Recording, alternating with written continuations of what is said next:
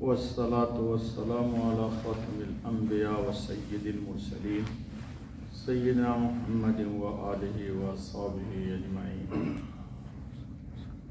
دوستو، بزرگوں، عقیدہ ختم نبوت کے سلسلے میں کل ایک طویل حدیث زید بن حارثہ کی واقعہ کی نقل کی تھی آپ کے سامنے۔ یہ منہ بولے بیٹے تھے حضرت خاتم النبیین صلی اللہ علیہ وسلم کے، اور ان کے خاندان والے ان کے پاس آئے۔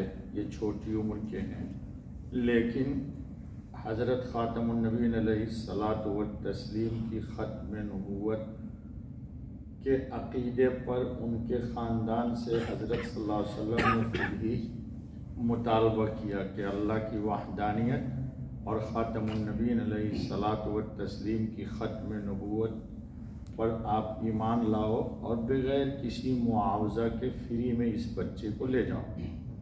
جی، اور یہ زید خود جانے سے انہوں نے انکار کر دیا۔ یہ تفصیل کل آپ کے سامنے آئی تھی، جتنی ضروری ہے اتنی۔ آج آپ کے سامنے آ رہی ہے بات کہ عقیدہ ختم نبوت اور فقہاء کرام، ہمارے فقہاء نے بھی اس عقیدے کے تحت واضح کر دیا کہ اب کلمہ شہادت کی قبولیت کا مدار عقیدہ ختم نبوت پر منحصر ہے، یعنی اللہ پاک کی وحدانیت لا الہ الا اللہ پر ایمان اسی وقت معتبر ہوگا جب ایک انسان حضرت محمد الرسول اللہ خاتم النبیین صلی اللہ علیہ وسلم کی نبوت و رسالت کے ساتھ ساتھ آپ کو خاتم النبیین مانے گا۔ لیکن آپ صلی اللہ علیہ وسلم کو اگر صرف نبی و رسول مانتا ہے، خاتم النبیین نہیں مانتا، تو قیامت میں یہ کلمہ بھی اس کا قبولیت کے مقام پر نہیں رہے گا۔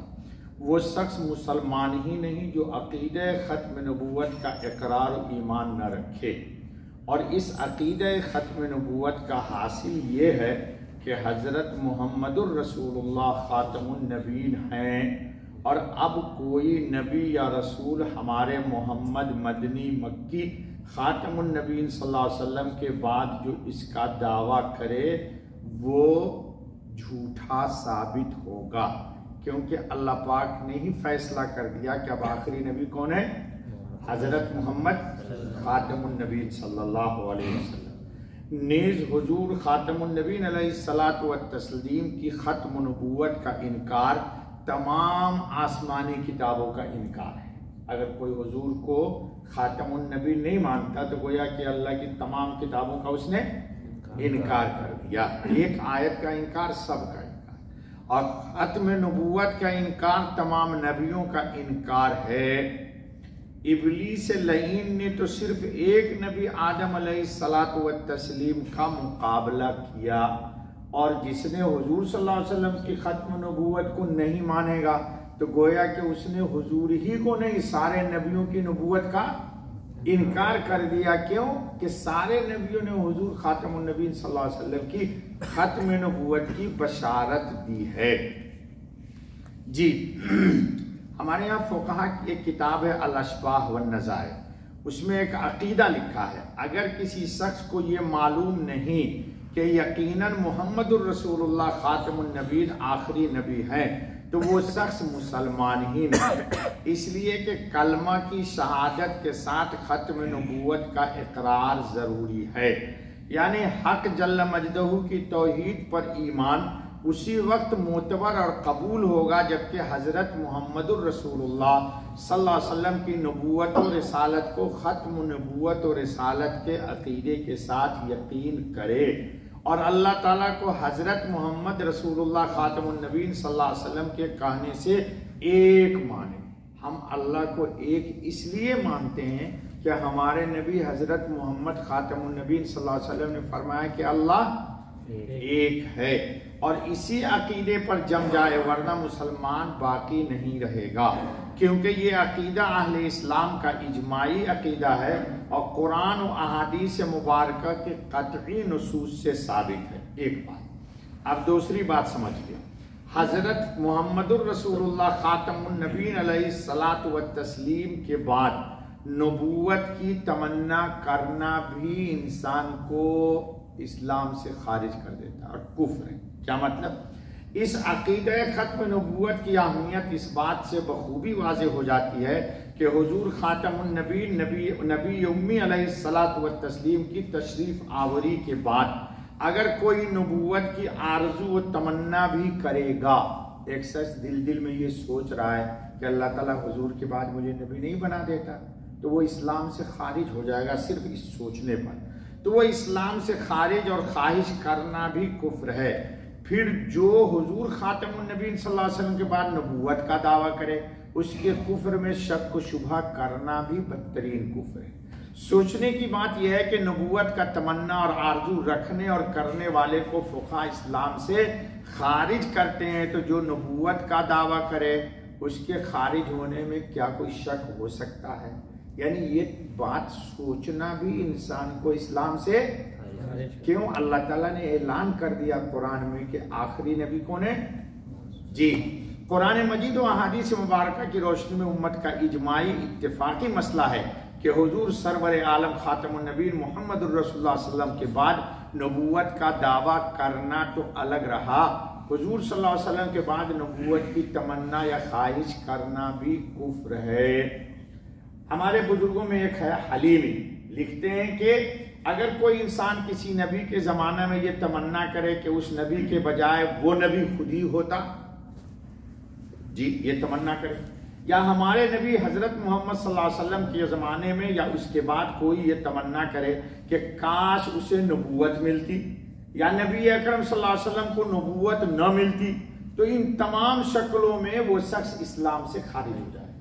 اور ظاہر یہ ہے کہ اس میں کچھ فرق نہیں کہ وہ تمنا زبان سے کرے یا دل میں سوچے، اتنا خطرناک مسئلہ ہے۔ دل میں بھی سوچے گا تو بھی جی، جب ایک شخص نبی ہونے کی تمنا کرنے پر اسلام سے خارج ہو جاتا ہے تو اندازہ لگائیں کہ نبوت کا دعویٰ کرنا کس درجہ کی گمراہی ہوگی۔ پھر مدعی نبوت پر ایمان لانا تو علیحدہ رہا، حضور خاتم النبی صلی اللہ علیہ وسلم کے بعد جو مدعی نبوت ہے اس سے معجزہ طلب کرنا بھی کفر ہے۔ نہیں سمجھ میں آیا؟ آپ مثال کے طور پر ایک شخص جھوٹا دعویٰ کرتا ہے کہ میں نبی ہوں حضور کے بعد، تو بہت سارے لوگ ہوتے ہیں نا، یار چلو اپن چلتے ہیں، اس سے بعد اس سے پوچھیں گے تیرے نبوت کی دلیل کیا ہے یا تیرے پاس معجزہ ہے؟ تو امام اعظم ابو حنیفہ کہتے ہیں کہ جب یہ بات قرآن سے معلوم ہے کہ حضرت محمد صلی اللہ علیہ وسلم آخری نبی ہیں، تو جو شخص جھوٹا دعویٰ کر رہا ہے نبوت کا، اس سے یہ کہنا کہ تو دلیل دے اپنے نبوت کی، یہ دلیل طلب کرنے والا بھی اسلام سے نکل جائے گا۔ کیوں؟ جب یہ بات یقینی طور پر معلوم ہو گئی کہ اللہ ایک ہے، اب یہ بتاؤ کوئی اللہ بن کے عرش پر جا سکتا ہے؟ تو اب زمین پر کوئی نبی بن کے، سیدھی بات۔ یہ قرآن میں ہم انشاءاللہ بتائیں گے آپ کو، کلمہ میں اللہ نے ثابت کیا لا الہ محمد رسول، سیدھی سی بات۔ اللہ کوئی الہ نہیں بن سکتا، معبود نہیں بن سکتا، تو اب کوئی نبی بھی نہیں بن سکتا، سیدھی بات ہے دوستو۔ اس عبارت سے اہل اسلام کا اجماعی عقیدہ واضح ہو گیا کہ جب ایک شخص نبی بننے اور ہونے کی تمنا آرزو کرنے پر اسلام سے خارج ہو جاتا ہے تو بخوبی اندازہ لگایا جا سکتا ہے کہ حضور خاتم النبی صلی اللہ علیہ وسلم کے بعد جعلی نبوت کا دعویٰ کرنا کس درجے کا گناہ اور معصیت اور گمراہی کی دلیل ہوگی۔ جی، جعلی یا جھوٹے نبی سے دلیل مانگنا بھی کفر ہے، جھوٹے نبی سے دلیل مانگنا بھی کفر ہے۔ جس طرح سچے نبی پر ایمان نہ لانا کفر و گمراہی ہے، جھوٹے اور جعلی نبی پر بھی ایمان لانا یہ بات جس میں کوئی شک و شبہ نہیں۔ جعلی نبوت کا دعویٰ کرنے والے سے دلیل کے طور پر معجزہ طلب کرنے والا بھی اسلام سے خارج اور گمراہ ہے۔ حضور خاتم النبی صلی اللہ علیہ وسلم کی آمد و تشریف آوری کے بعد جو بھی نبوت کا دعویٰ کرے گا وہ انسان اسلام سے خارج ہو جائے گا، وہ اسلام سے تو پھر ایمان لانا گویا جان بوجھ کر دجال اور بے ایمان پر ایمان لانا ہوا۔ پھر اس سے جعلی نبوت پر دلیل اور برہان سچے نبی والا معجزہ طلب کرنا بھی اہل اسلام کے نزدیک کفر اور دلیل مانگنے والا بھی اسلام سے خارج ہے۔ مدعی نبوت کی تکفیر واضح ہے، جو اس سے معجزہ طلب کرے گا اس کا کفر اس سے ظاہر ہوتا ہے کہ وہ اس مدعی نبوت کا صدق محتمل مان رہا ہے۔ لوگ کہتے ہیں یار چلو اپن پوچھتے تو ہیں کم سے کم، اس کے بعد دلیل کیا؟ اتنی بات ہی انسان کو حالانکہ قرآن و سنت سے واضح ہے کہ نبی اکرم خاتم النبی صلی اللہ علیہ وسلم کے بعد کوئی نبی ممکن ہی نہیں ہے، کوئی نبی۔ تو انشاءاللہ اتنی بات تو آپ کے سمجھ میں آ گئی، وقت بھی ہو گیا کہ ہمارے حضرت محمد صلی اللہ علیہ وسلم کو اللہ نے قرآن میں کہہ دیا ہے کہ آپ خاتم النبیین ہیں۔ اب کوئی بھی دعویٰ کرے گا نبوت کے بعد وہ کیا ہوگا؟ جھوٹا ہوگا۔ کیا ہوگا؟ اب پھر بابا ایک بات کل میں نے کہی تھی کہ آج بھی کلمہ میں محمد الرسول اللہ ہیں، اور کل قیامت میں بھی ہم کو شفاعت کی امید کس سے ہے؟ اللہ تعالیٰ نے قرآن میں حوض کوثر کس کو کہہ دیں گے؟ محمد صلی اللہ علیہ وسلم کو۔ اِنَّا أَعْطَيْنَا کل کوثر۔ انشاءاللہ اللہ تعالیٰ اسی عقیدے پر ہم سب کا خاتمہ۔ بس دوست اگلے ہفتے اب جو ہوگا درس وہ ہوگا کہ پہلے نبی آدم